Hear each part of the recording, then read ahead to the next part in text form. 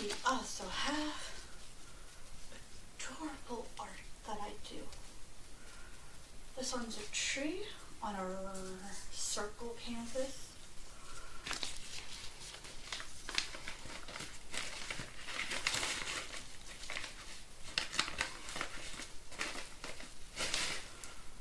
Note to self, I have to get a different thing to put this in. Good to know. But it's very pretty.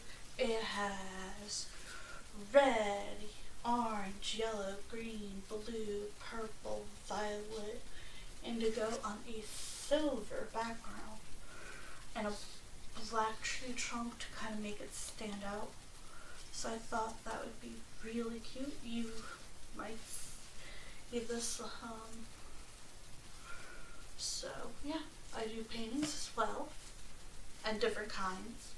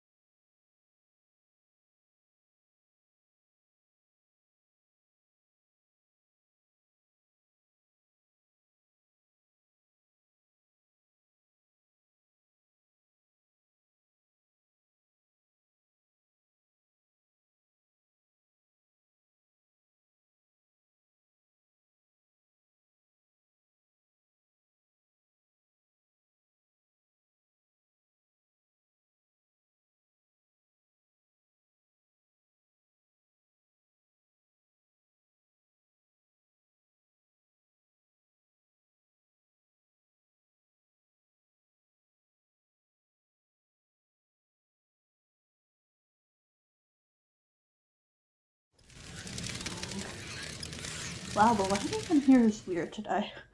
Should totally fucking fix that. I have precious. You can't even see this. Okay. Screw off. Look who I have. I have Kenzie. I fucking love this dog. If something were to happen to her, I would snap in half and totally freak out. She is my best friend. She's my everything. Jade's like my number one everything, and then Kenzie and Kevin, the fish, family.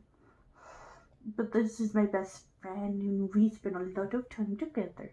She just had a fucking beauty treatment and looks like an amazing diva. Yes. Mwah. And I'm gonna take her into my workspace and see what she does.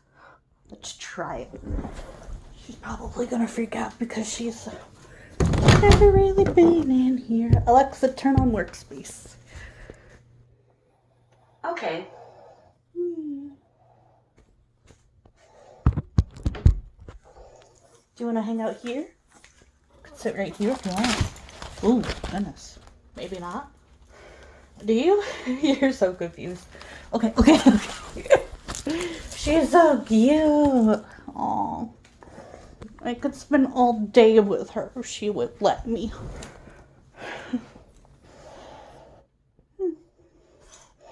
She's huffing and puffing because she's just like, Mommy, there's another dog here. I need to protect my territory. And the little human is up. J. Barbie.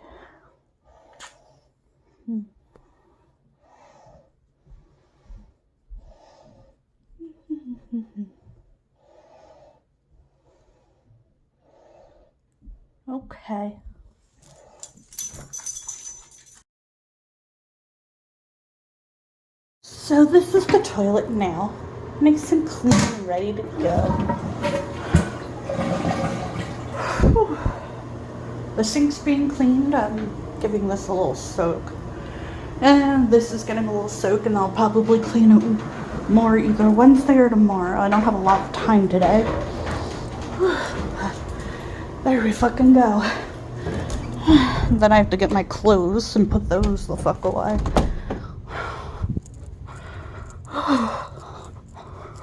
I got denied for a fucking credit card, like, damn it. Because I don't have, like, a job. Like, I make money doing podcasts and stuff that they don't consider a real job. And it's like, really? Like, fuck you.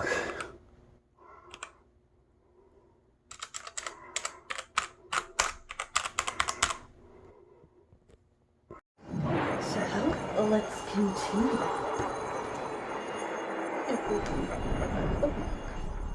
That we left off with.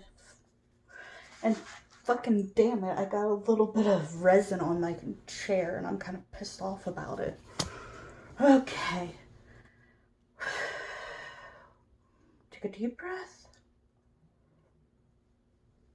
Oh, I was not up early enough at all. Okay, the discovery of a secret code, insight, and whirlwind of conspiracy theory. During the detailed examination of the dead man's clothing, a small scrap of paper was discovered rolled up in the fob pocket of his torso. The word Tammenshord was printed on it as an unusual front. The evidence was photographed and released to the press, and the mystery clue was printed nationwide in all the papers. The war, meaning finish or it is, ended, in Persian, were identified as the last page of Edward Fitzgerald, the Rubaiyat of Orman, Khayyam, a collection of poems translated from Persian. It wouldn't be long before the exact copy from which the scrap had been torn was located. Where the books had been found seemed to have been lost over the years.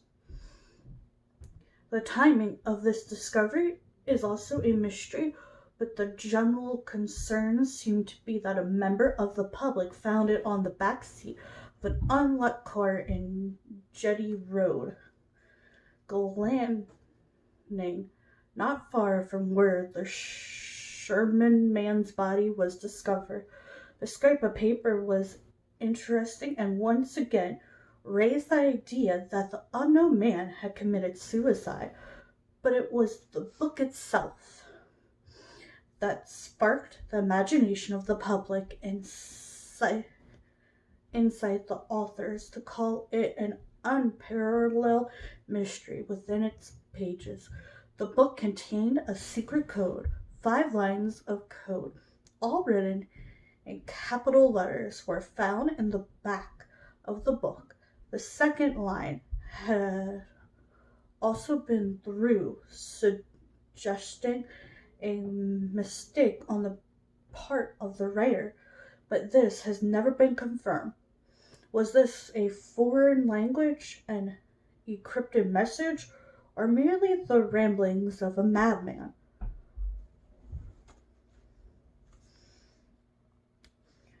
Nobody knew for sure.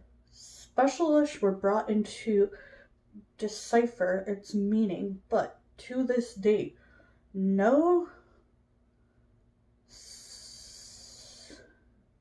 scientific explanation has been found.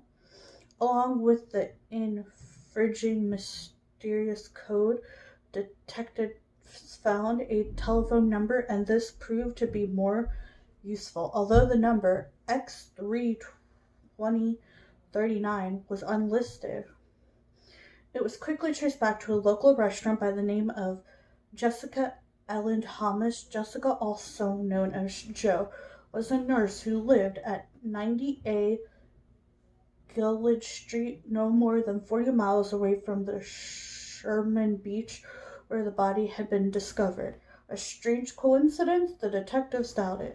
Jessica Thomas flatly denied any acknowledgement of the unknown man. She didn't know who he was or why he might have her phone number written in the back of his book. She was fearful of any publicity and insisted that all records of her name be removed from the case. From this point on, a variety of pronouns were used, including the pet name Jessitine, which had been used by her former nursing co-worker. Detective Lauren was not convinced that Jessitina was being entirely truthful regarding her lack of knowledge of the body's identity. Once again, he pushed for information, and this time he showed her the plastic case of the man's face made before the inquest. Her reaction was quite extraordinary. Paul Lewison, the creator of the case, noted that having seen it, Justin, Jestyn, I'll just call her Jess, I guess. Jessie, I don't know.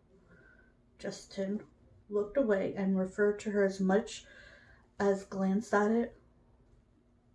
Lena, on the other hand, noticed her sudden change and paler out. He later stated that she was taken aback, that he believed she was about to faint.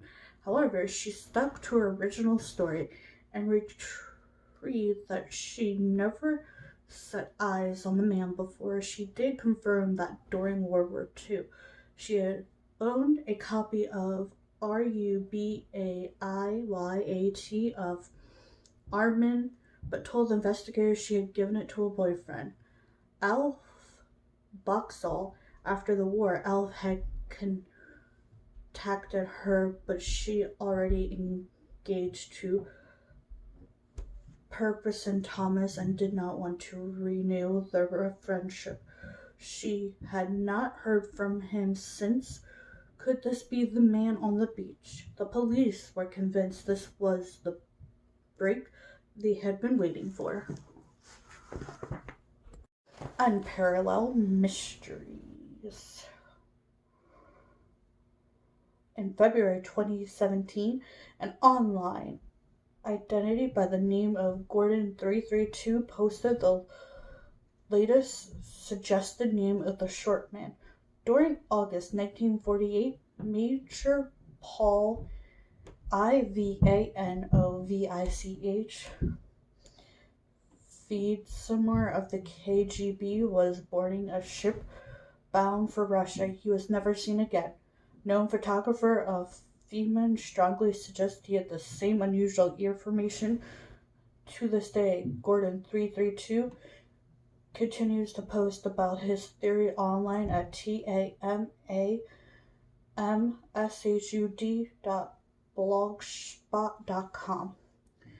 Alternative theories. At one point, the body was named as E.C. Johnson of Paymenton Ham, but this was somewhat undetermined when the real Miss Johnson turned up at the police station during late November 1959. An inmate of New Zealand's Langland prison by the name of E.B. Collins claimed to know the sortman's true identity. At some point, his statement was mysteriously misplaced. Years later, a woman came forward with an identification card of a man named H.C. Reynolds. She thought that the photographer looked similar to the one of the short man. The card, given to a foreign seaman during World War I, was passed on to ANTHR pathologist Hindenburg, Although the faces were alike, it was the fact that both men had a mole on their cheek that convinced Hannenberg to possibly identify him as the Shorten man. Murder behind closed doors. When Estelle Captain noticed that her neighbor shutters hadn't opened for over a week, she called the police. Her actions in segregated of French most interesting investigations to date. Okay. Bennett Dupont de Lonis, 29 May 1997, 3-4 April 2011, Anne Dupont, Thomas Dupont, Arthur Nicole Dupont, Angie Dupont. The family's debt continued to mount up and the marriage rapidly sourced. Timeline of events. Let's see what else we will be talking about in this.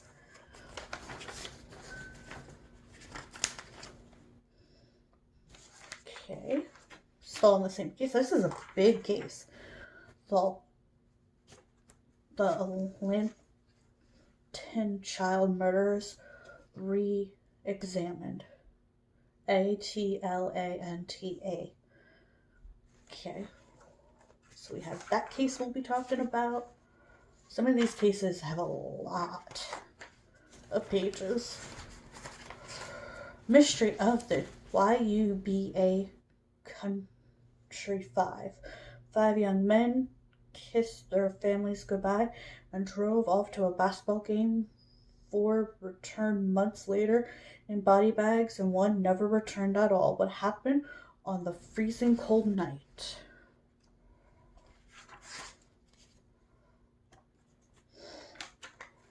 Maybe that's the case I'm thinking of where they might have eaten each other.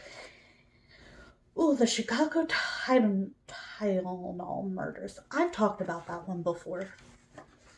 I didn't even know it was in this. But we'll be talking about that one again, too. I remember that one. It was why we have seals. It's actually mysterious disappearance. Ooh, the disappearance of Andrew Godson, the disappearing skyjacker, Run for Your Life, Snatch from the Supermarket, the disappearance of Philip Carmen, Vanished in thin air. Not even the greatest of magicians can vanish into thin air. So where did these poor souls go? Vanished into thin air. The bizarre disappearance of various famous individuals have investigated numerous conspiracy theories, but will we ever find out what really happened to those lost souls? Okay. The disappearing skyjacker, which I've talked about here and there. His case is a little weird. 30 years gone. The disappearance of Philip Cairns. Almost 35 years ago, Philip disappeared without a trace, walking home from school. Was he snatched by a predator, pedophile, or an obscure satanic cult? No one knows. Sad but true. Snatched from the supermarket. Kadrick disappeared on her 2nd birthday while shopping with her mother. 4 decades later, her desperate family are no closer to finding out what happened to her beloved little girl. It's crazy because you don't even know if these people know if they are missing. Run for your life. Picked up on a long walk home by a person or persons unknown. Teenager Vanessa Collins and Jessica Smalls thought their prayers had been answered. Instead, a nightmare had just begun. Yeah, don't let strangers take you I had about 4 straight. Ooh, okay. I can give you a fucking story time. The disappearance of Andrew Gotsten, Gosden. Over a decade ago, a 14-year-old